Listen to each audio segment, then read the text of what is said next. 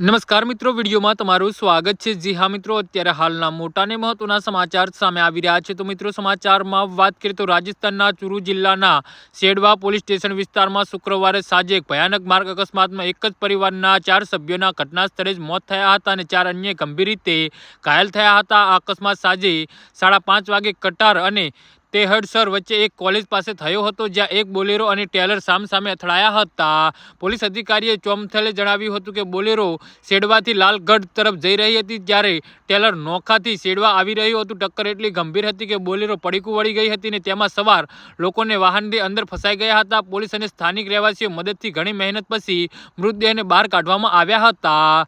જી હા મિત્રો, અત્યારે હાલના મોટા અને મહત્વના સમાચાર સામે આવી રહ્યા છે। અકસ્માત પછી ટેલર રસ્તા પરથી ઉતરી ગયો હતો, જ્યારે ડ્રાઈવર ઘટના સ્થળેથી ભાગી ગયો અને પોલીસે ક્ષણગ્રસ્ત વાહનને રસ્તા પરથી હટાવી દીધું હતું અને ટ્રાફિક પૂર્વવત કર્યો હતો। મૃતકોના મૃતદેહને સદવા એસએસજીના સબઘરમાં જમા કરાવવામાં આવ્યા છે। આ દુઃખદ અકસ્માતના મદનસિંહ અને તેમની પત્ની રાજકુંવર અને ભાઈ પહેલાદસિંહને ગુમાવ્યા હતા, જ્યારે તેઓ તેમના પુત્ર ભૈરોનસિંહ ગંભીર રીતે ઘાયલ થયા હતા। ઘટનાની માહિતી મળતા સુનાનગઢના એસીપી દિનેશ કુમાર પણ ઘટના સ્થળે પહોંચ્યા અને પરિસ્થિતિનું મૂલ્યાંકન કર્યું હતું। જી હા મિત્રો, તો આના વિશે તમારે શું કહેવું છે તો નીચે અમારી કમેન્ટ બોક્સમાં જરૂરથી જણાવજો અને અમારી યુટ્યુબ ચેનલને સબસ્ક્રાઇબ કરવાની ભૂલતા નહીં। ધન્યવાદ।